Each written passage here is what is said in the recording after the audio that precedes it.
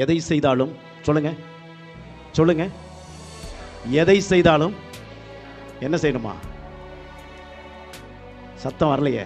எதை செய்தாலும் என்ன செய்யணும்? கர்த்தருக்குன்னு தேவனுடைய நாமம் மகிமைக்காக செய்ய வேண்டும். जो कार्य हमें जीवन में करेंगे वो सब कुछ हमारे परमेश्वर के लिए ही करना चाहिए. எதை செய்தாலும். जो कार्य भी. எத்தனை பேர் சொல்றீங்க அல்லேலூயா?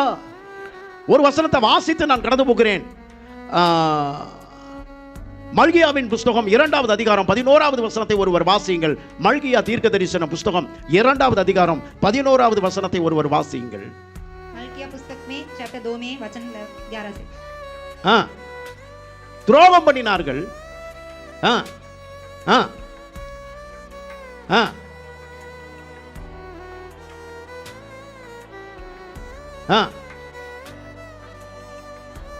என்ன பண்ணாங்களா?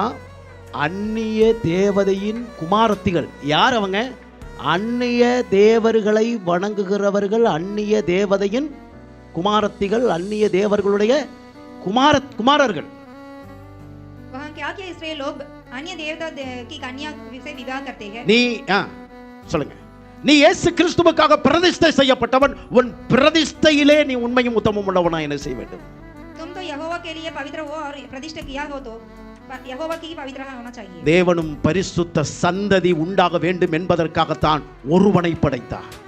हमारे प्रभु तो पवित्र संतान होने के लिए एक ही एक मनुष्य को सृष्टि किया. ஒருத்தியை படைத்தார். एक ही एक पुरुष स्त्री को सृष्टि किया. அந்த பரிசுத்த சந்ததியின் மீது கவனம் உள்ளவர்களாய் தேவன் இருக்கிறார். ஆனபடியினாலே தான் இந்த விஷயத்திலே தேவன் நாம் பரிசுத்தத்திற்கும் அசுத்தத்திற்கும் சம்பந்தம் ஏது என்று வேதவசனம் எழுதுகிறது. हमारे पवित्र संतान में ध्यान रखें. हमारे यहोवा शादी को पवित्रता मानते हैं. எத்தனை பேர் சொல்றீங்க நான் பரிசுத்தத்திற்கு சொந்தக்காரன்? कितने लोग कहते हैं मैं पवित्र हूं? எத்தனை சும்மா சொல்லுங்க.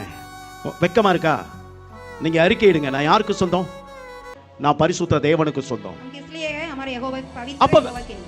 அப்ப வேதம் என்ன சொல்லுது? தேவன் என்ன சொல்லுகிறார்? உலகத்திலும் அதில் உள்ளவைகளிலும் நீங்க என்ன செய்யாதீர்கள். அப்படி அன்பு கூறுவீர்களானால் நீங்களே ஃபில் அப் பண்ணுங்க. என்ன வேதம் சொல்லுது?